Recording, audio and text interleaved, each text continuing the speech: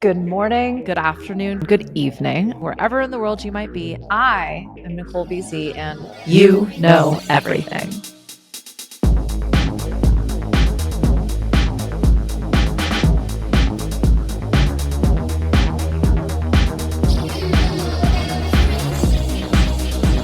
Of course, just as I hit record, the air conditioning comes on, and quite frankly, it's a necessity. I'm actually not a huge fan of air conditioning. I like natural temperatures. Anywho, it's a very exciting beginning to what is a very exciting episode. I am very excited. You can tell because I've said excited 6 different times already, and we're only in the first few minutes. And I feel like my deadpan delivery, the typical I'm so excited about this, was animated. You're welcome. Anywho, I made fun of this one for a long time. The Richard Rudd and Rick Rubin podcast episode. I think they did a podcast swap, but it's just like 2 old white men slurping tea for 2.5 hours. It was pretty epic. Highly recommend. Anywho, I digress. This one I'm going to get right into because we have a lot to cover. And if you thought we were getting through a creative disruptor series without talking about this artist, you, my friend, were wrong. And I have now finished researching all of the artists. And let's just say it is a very random amalgamation. Also a very slippery slope. There are so many artists who are not in this particular group. So I'm kind of wondering if this is a format I should continue with. I'm getting a lot of positive feedback, but that's what happens when I poll the audience.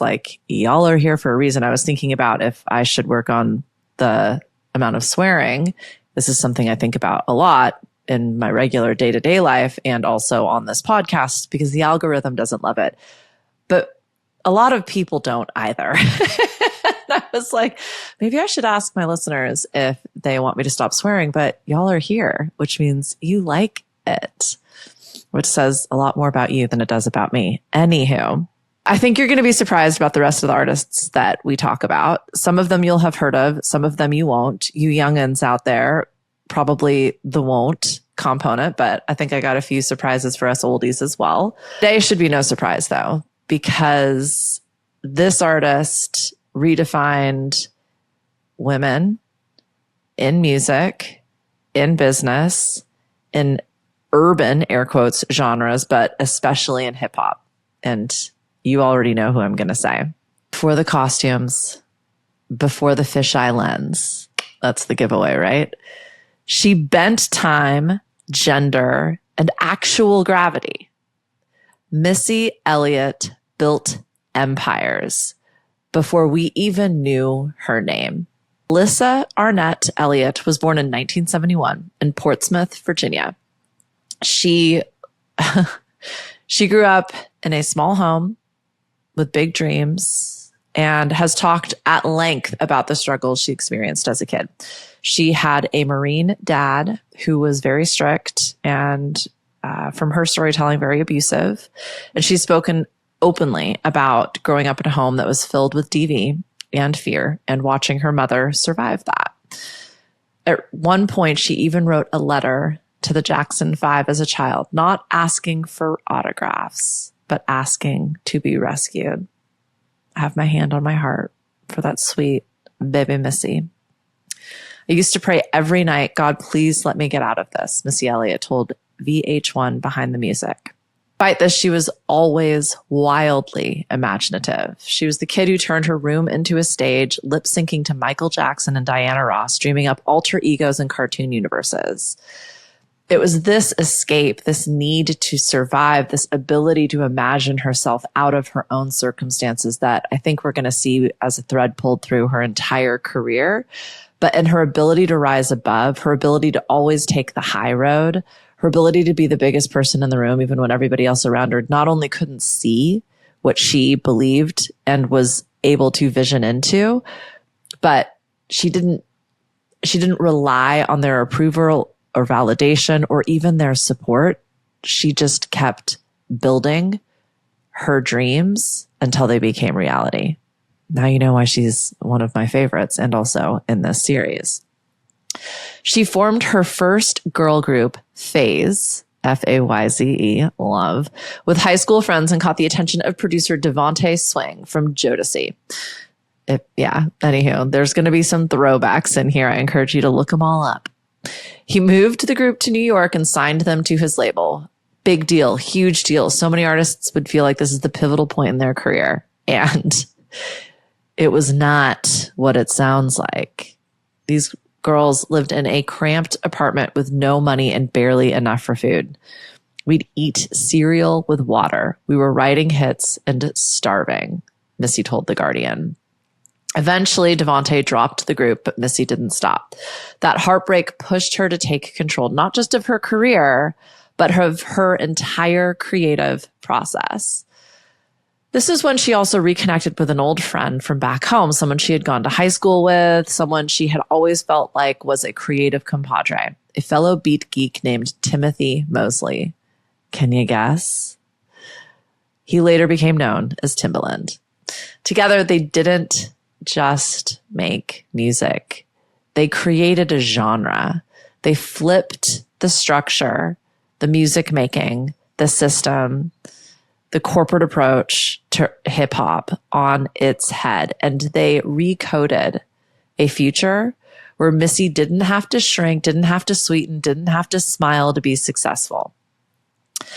They met as teenagers in Portsmouth, and instead of competing, they combined their genius. And I think this is so valuable and so important, and something you'll have seen sprinkled across a lot of these other artists. They found their creative strongholds, people they could work with and not just bounce ideas off of, but actually build ideas out with someone who pushed them creatively. And you see this so often in creative industries, but I truly, and this is my own bias because I believe we're all artists, but I think like we travel in packs and tribes, right? And typically when you find a group that you work really well with and one person gets success, they're going to turn back around and want to work with you on that next opportunity because it's something that is pushing them and stretching them. And they know you're capable of not just holding that space with them, but working to create something bigger than the two of you or however many of you could have done on your own. And that's not to say that these relationships are designed to last forever or should go with every project, but I've been noticing some real commonalities as I start to like dive deep into each one of these artists. And again, I said this at some of the beginning of the episodes. I'm not an expert. I would not qualify myself as their number one fan. Some of these artists I didn't like when I first discovered them. And some of these artists I didn't even know. This is me just doing some rudimentary research, really trying to pull out like, what would Missy Elliott do when it comes to business, right? When it comes to entrepreneurship, when it comes to taking your business so seriously, you put it out there for other people to experience and in all of these instances, monetize. And that's a whole nother discussion on if you even need to do that or why you would want to do that. But these artists did. They didn't have any other choice. This is just who they were. And there wasn't another path for them. And that's what I find is fascinating is how do you create these sustainable, long-term, scalable careers into businesses when people didn't even like it at first, right? Timbaland and Missy had something special and they recognized that. Their friendship turned partnership brought us Genuine's Pony, Total's What About Us, and eventually Missy's debut as a solo artist, producer, hit maker, engineer. I mean, all of it, right? They've never had a public falling out. There's never been drama. And that is a rarity between lifelong friends, let alone business partners in the creative industries. Their longevity was built on shared risk, experimentation, and trust. Timbaland's my brother. We birthed something together. No matter where we go, we always orbit back. Missy wrote and produced for Aaliyah, SWV, Genuine, 702 in Total, and she helped create this futuristic R&B sound of the late 90s. She wasn't just behind the mic. She was behind the console, the contracts, the curtain, and she did some really, really trailblazing things in not just the music industry. I mean, at that time, we were starting to see women really kind of step up. It still isn't what it was today, but what I find fascinating as well is her team were women. In 1997, Missy teamed up with Mona Scott Young, one of the most influential Black female executives in music. Check out her she's done a ton of interviews out there. This woman was a fucking powerhouse. I've listened to a couple of her podcast interviews, and it's just one of those stories that it's just humble beginnings and a diehard work ethic and this ability to just rise above the fray and recognize that like the entertainment industry is meant to feel like a party, and you can participate and have fun, but there are ways to maintain your autonomy and sovereignty and respect, especially as a woman, that it just takes a different type. Anywho, obviously I have a lot of respect for Ms. Scott Young, but okay, let me just keep it on. Sylvia Rhone, then president of Elektra, introduced the two of them. Missy didn't answer Mona's calls at first, but when they finally met, over 25-year partnership was born. Mona didn't take no for an answer. She saw what was possible. She knew Missy had been burned. And this is another thing I really want you to hear when I say, sometimes a no is just not now. And with persistence, with patience, with timing, most especially, what you thought might be a closed door can be exactly the opening you need to discover everything that's waiting for you on the other side of this challenging moment. And so often I hear from all types of business owners, whether you're a CEO of a large scaling tech company or a creative just starting your freelance. Well, I tried this once and it didn't work. That's what I mean when I say these people didn't have another option. That's not part of like their repertoire. Like they don't just try something once and think this didn't work. They try something, it didn't deliver the results they expected. So then they try it a different way. And there's a different feeling behind like that shame of rejection or fear of failure. That's a different feeling than, interesting. I'm not going to take this personal because I believe so strongly in what it is that I see and what it is that I'm creating that I'm going to keep tinkering with this. That's the creative process. I did an episode on design theory way back when, and the creative act, which was this whole way of approaching development and strategy and the creative process, but the creative process that's inherent in business, right?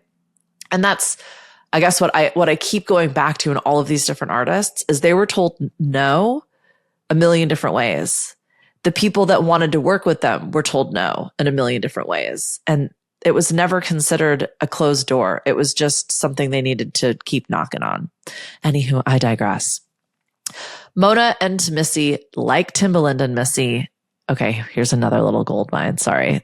Maybe I should drink less coffee or not do these early in the morning. The other thing I've noticed, having now worked alongside people who have built wildly successful careers, is a lot of the most successful continue to work with the same people. They might not work with them in the same capacities, but those that have these lifelong renowned careers, they tend to have lifelong business partnerships as well. I have a lot of thoughts behind why that is. And I don't know how relevant that is for this moment or this particular podcast, because I do think that's a very like personal thing. But what I will say is it kind of goes back to that whole like closed door, just keep knocking.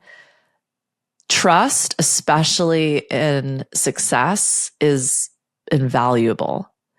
And as you become more and more successful, people will start to want to work with you for different reasons. When you've found someone who worked with you when nobody gave a shit about what you did, when people didn't believe in you yet because you hadn't quote unquote proved it, which in this particular system means you've made a lot of money, those people are there for a reason. And they will support you in a way that those who find you after your celebrity and success can't. And there's something very, very, very important there. And it's not surprised me when I see super successful people that have had the same business manager, that have had, the same internal team. And that's also kind of what I mean when I say like people travel in packs. It's like that inner concentric ring of your work and your creative life is there for a reason. And I'll just leave it at that. But Mona and Missy didn't just manage Missy's career. They created Goldmine Inc., which was a label under Elektra, but with Missy at the helm. This then allowed Missy to keep her publishing rights, to keep that property and ownership in her music. Noticing another theme here. She owned her masters and she retained full creative control moving forward. Mona didn't just manage Missy, she weaponized her originality. You don't have to lead with visibility. No one really knew Missy was doing this behind the scenes. And there's some other stuff that was going on as well that we'll get to. But she got behind the helm. She sat in the engine room and built out this blueprint for her own success. She realized she needed to depend on others in order to create this world that she was building. But she needed to be very clear in who was driving, who was the operator, who was the designer, right? And in business, that's one of the things I like about business is there are constructs and there are systems that allow for the creation of your vision and your dream, but you're not the one doing every single thing in it. You're working with people and you're co-creating together. And you're doing that in a way that is somewhat predictive, although that's getting less and less these days. But anyway, that's a different episode. So how to apply this lesson, this co-creative, I was going to say delegatory. I think I just made that word up, but how do you work with people in scaling out your dreams? How do you put yourself in the driver's seat, especially when you might not even have anyone else that wants to get in that car with you, right? So as an example, we're going to play this through this episode. Let's say you run a mission-driven organization, teaching communities, I don't know, how to survive and rebuild with permaculture, off-grid housing, and local resource mapping because you're recovering from a disaster. Don't know why that example would have popped into my mind. So a lot of the times we're going to leverage especially a story like that for exposure for PR. But what would Missy do? She would build a back-end curriculum so solid FEMA starts referencing it. You create online, educational, accessible, structured, scalable material. You create a YouTube series teaching survival principles disguised as, I don't know, music videos or animation. I mean, so much of this stuff you can just build out now without a lot of resources or tools, but you show people what it is that you do, and you also add value without any expectation of exchange. Then you can apply for local grants, municipal grants, disaster recovery grants. You can fund pop-up training camps before ever talking about your mission, purpose, vision. You can just start teaching people, adding value, and resourcing your community. Be the ghostwriter of the movement. I mean, we don't even know how many songs Missy is behind. She literally created an entire genre, an entire sound, and not just audibly, like visually, experientially. When your playbook becomes essential reading in your industry, then you own it, you publish it, you license it, and you brand it. You put your name on it after everyone else starts following your blueprint. That's what Missy would do, right? She designed your first 3 national partnerships behind the curtain, license your permaculture protocol to 6 cities, and make your boardroom meetings sound like exclusive wrap parties. You're going to notice another thread here. What would Missy do? How would she do it? Weird as differentiation, not decoration. Missy Elliott didn't wear an inflatable trash bag for attention. She wore it as armor. Her debut album, Super Duper Fly, which came out in 97, y'all. Oh my God. It sounded like it dropped from a spaceship 2 decades in the future. Her flow was bizarre. Her visuals were absurd. Her production was truly alien. I will never forget that music video coming out. And she never, ever conformed to the rules of femme visibility in hip hop. I wanted to feel comfortable. I didn't want to feel like I had to be in a bathing suit to sell music. I mean, brava, Missy. Thank you. The Rain, Super Duper Fly. Missy dons an inflated patent leather suit and a Hype Williams fisheye lens video. She instantly became one of the most iconic visuals in hip hop history. Y'all, like those sunglasses, that fisheye lens, that inflatable suit. Come on. I mean, that for almost 20 years was like a look. Critics dismissed this video as quote unquote too weird. They said Missy was too fat and that everything was too cartoonish. Labels wanted slim, sexual, and subservient. Missy gave them surrealism, satire, and a spacecraft. She directed many of her own videos, often under her real name, Missy Elliott, through her own production company. The suit wasn't just fashion, it was a rebellion. And an industry hyper-focused on the male gaze, Missy rejected sexualization and made weird her calling card. Don't use weirdness to stand out. Use it to filter your people. What would Missy do? She would use weirdness as a business strategy. And then she'd license it. It would become her IP, her intellectual property. It becomes your market position, how you differentiate, what makes you you, and what makes everybody else second best. This is your brand equity. So she would turn the client onboarding process, right? So going back to our previous example, the schools, the cities, your communities, she would bring them into this experience from an audiovisual perspective. She would make decks like they had come from Dr. Seuss, which when you think about everything, I mean, like that concept to me just jumps out.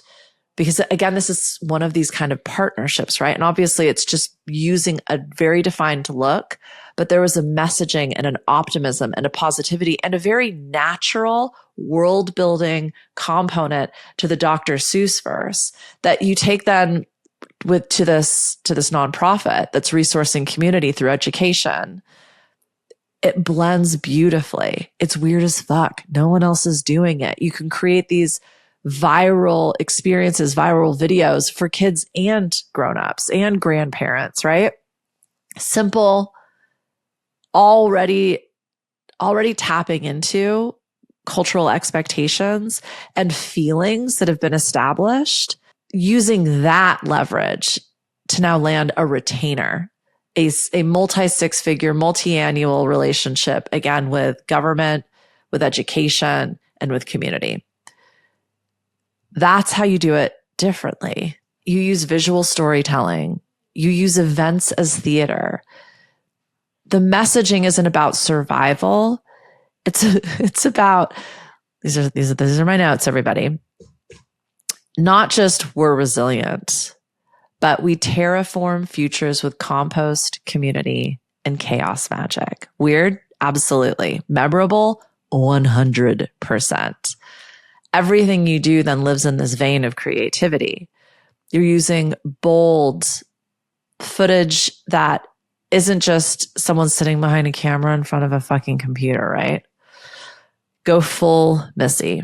Don't dilute your difference to fit institutional expectations. Dial it up to full volume. And in doing so, attract the partners, the funders, the volunteers, the media, who are not just starving for the resources, but for the innovation that you're creating. That's Missy energy. Missy didn't just make music. She engineered an entire business model. She wrote the lyrics. She produced the beats. She directed the video. She signed the artists. She owned the masters, and she kept on keeping on. She figured it out, systemized it, repeated it, scaled it, and continued to build. So in 97, she launches her own label, Goldmine Inc. under Elektra Records, not just to release her own music, but to develop and sign other talent. Do you see what's happening behind the scenes there? She's now on the ground level again. So she's seeing like that's what emerging artists bring to established creators, is that like cutting edge, streetwise, what the cool kids are into ideas. And it's a fantastic place to experiment. So when you have less of an audience, less people watching, less invested, obviously you can try new, crazy, different things.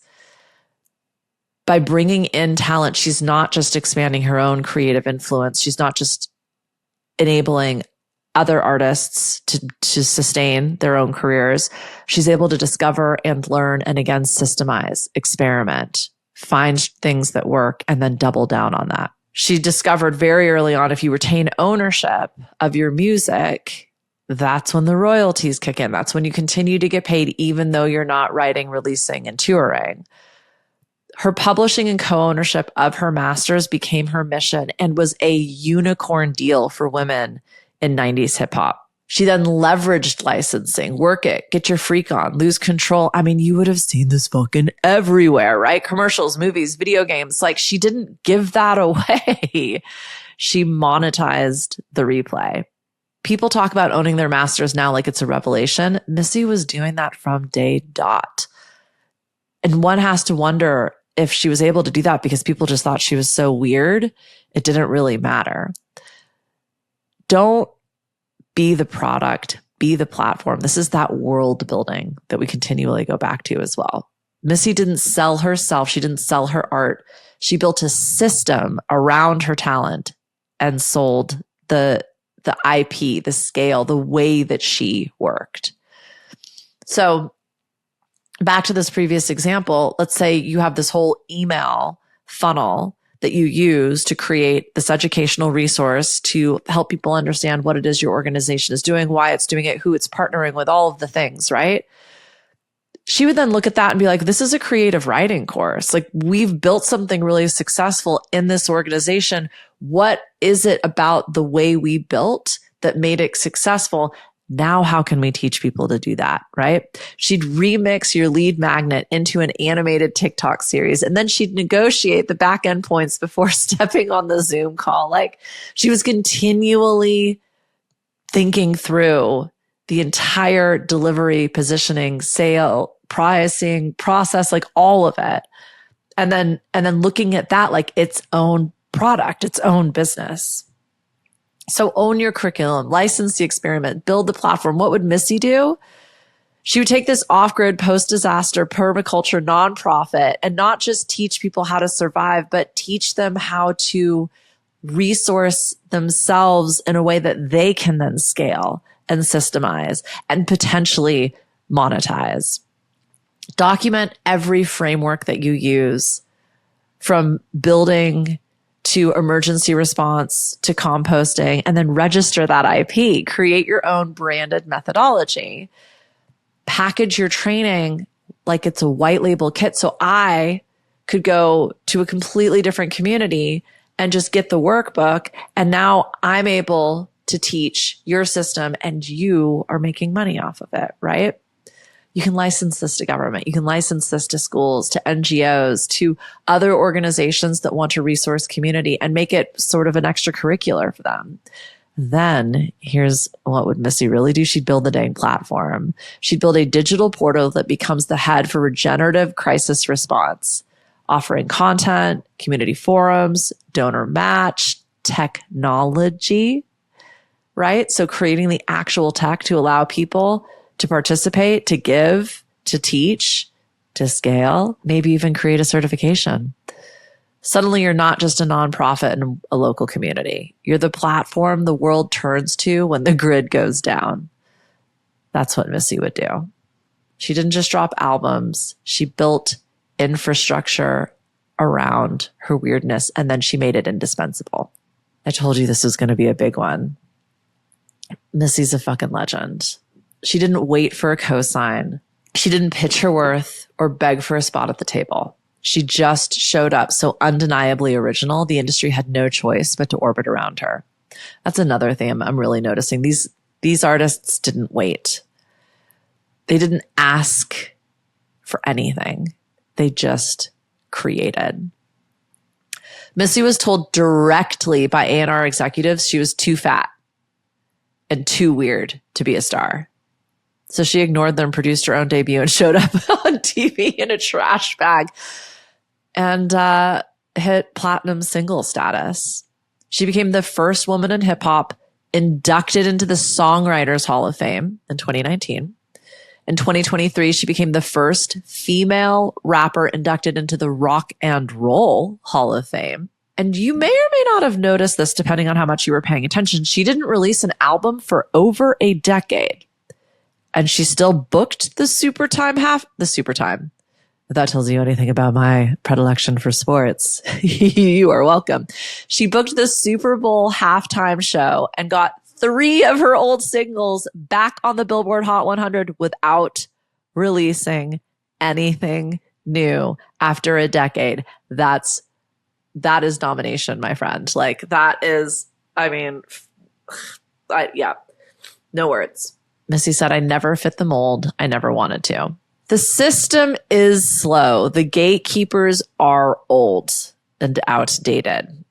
When you show up fully expressed, when you let your freak flag fly, when you know you're ready, you force the system to work around you, not the other way around. So again, how does this apply to our little example we've been teasing through? What would Missy do? She would redefine the look of leadership. So as an example, the founder of this particular organization might not look the way you would expect them to. I can relate strongly to this. Every time I tell people I'm an executive coach, they're like, gulp. You? My founders don't look like everybody else. They don't act like everybody else. They don't think like anybody else. That's why they're so successful. You're listening to this because you were cut from a different piece of cloth. And that is what makes you weird. That is what is going to make you so successful. You are likely already very, very successful and looking to create success in a different space. Welcome, my friend. Redefine the look of leadership in your industry. Show that you're a tattooed, swears like a drunk pirate, permaculture nerd building solar grids with drag queens and veterans. Turn the unprofessional into undeniable authenticity. Go viral with the mission, not the pain. I'm going to say that once more for those of you in the back. Go viral with the mission, not the pain. Instead of bleak disaster shots, what would Missy do? She would share micro documentaries of how your crew rebuilt 20 homes with reclaimed wood and human powered tools. Turn process into magic. Be inspirational. If you've ever watched a Missy interview, that woman is like a ball of light. She's never said anything negative. She has never criticized her critics. She is up. She is above. She is rising, and she's bringing everyone with her. Outperform with less. While other organizations might be spending millions on overhead, make a $50,000 grant feel like a miracle. Track it, publish it, make your transparency your superpower. This is what would Missy do? She didn't have the budget. She didn't have the money. She had a vision, and she brought people along on her journey in a way that felt bigger than life. And that isn't to say you share everything. That isn't to say you have a fucking camera following you around 24/7. You curate an experience that allows people to believe and to feel the positivity and optimism you're hardwired for. You don't ask for permission. You recreate, you rebuild, you innovate, you renovate the whole system. And yeah, you're using duct tape, solar power, and a borrowed tool. One thing we haven't talked about yet is why Missy disappeared for so long. In 2011, she publicly revealed her diagnosis of Graves' disease, an autoimmune thyroid disorder. It impacted her motor skills and threatened her ability to perform. She said, I couldn't even hold a pen. I couldn't write. I couldn't drive. I forgot my way back. But instead of fading out, she took time off. She focused on healing. And she returned stronger than ever, staging surprise performances, guest verses, and video drops that reminded the world she never needed to catch up because she was so fucking far ahead. So in a field dominated by legacy players, how can you lead, innovate, and do it your way? You know what I'm going to say next? What would Missy do? She would ensure that everyone around her felt safe, secure, protected, that her vision was big enough to inspire, but by informing people simply of what they needed to know for their next moment, giving them one step forward that they can take so they can continue to join her on her own journey. It's always interesting for me to try to contextualize. You saw me get like pretty emotional in the Nina episode, like what it takes for some of these artists, these creators, these very fucking savvy driven business people to do what they're doing is not, you know, as we mentioned a little bit, like use your weird to filter. It's just not for the faint of heart. And not everybody's going to experience the success that the artists that we are talking about in this episode have. There are countless others who we'll probably never hear of. And I have to think that, and I can speak from personal experience on this one, that as long as you're doing the dang thing your way, as you are honoring your own creativity and process, as you are learning, and I've talked every single fucking episode is about this on this entire podcast. You know everything. When you build the blueprint for your own success, you can apply that to every single thing that you do, and you will sustain. You won't just survive, you will thrive. You will figure out new, innovative, and compelling ways for you to work. And you're going to build this future that you want to live in. That's what all of these people did without question and without doubt. Of course, there were times when they didn't know if it was going to work. They'd knock on those doors and those doors would get slammed in front of them. But that never stopped them from trying. And it wasn't to make $1 gajillion. You know, Missy wasn't trying to be the hottest chick out there in fucking hip hop. Those external metrics for success were designed by somebody else, probably for themselves and not for you. So do it your way, do it for your reasons, do it for your own rewards, and make that an internal experiment. Figure out what feels good and keep doing that. So, that was a long one. Thank you. Thank you for being here. All of the things, the playlist will be linked in the show notes. I think I mentioned a couple of episodes. Those will probably be linked as well. If you haven't signed up for the loop, get on there. But yeah, I think that's all I have to say. I'm really good at the self-promotion thing. Okay. I love you. Thank you for being here. Bye.